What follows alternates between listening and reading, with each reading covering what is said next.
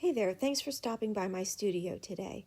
Today I wanted to show you a different way to organize your spools of embroidery thread.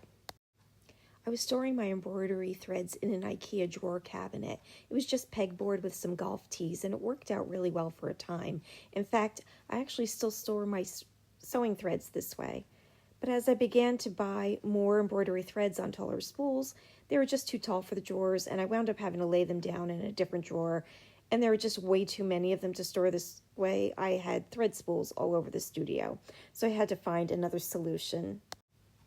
I wanted to have the spools out in the open where I could quickly see the colors, but the only space available was behind a door. I found this spice rack or pantry organizer on Amazon, and from the dimensions, it looked like it would fit next to the door and still be able to open it.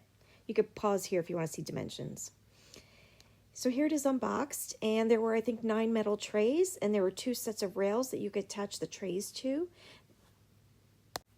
Once we got the rails attached to the wall, I started arranging the baskets on the rails. You will see that there are 2 notches or little loops at the baskets, and they attach to the rail. I struggled a bit with attaching the baskets and holding the camera, so I'll show you a picture of it finished here. And I have the option of adjusting the baskets to the height I needed. Some embroidery threads are taller than others. And of course, I arranged my threads in Roy G. Biv order, of course. And here's the finished look. It's really working well for me this way, and I was able to put a lot more thread on here as opposed to the drawers. I wound up not using all the baskets it came with, but they were put to good use elsewhere in the studio for extra storage. Well, I really hope you liked today's video. Please give it a like, subscribe, and bye for now. I gotta go stitch something.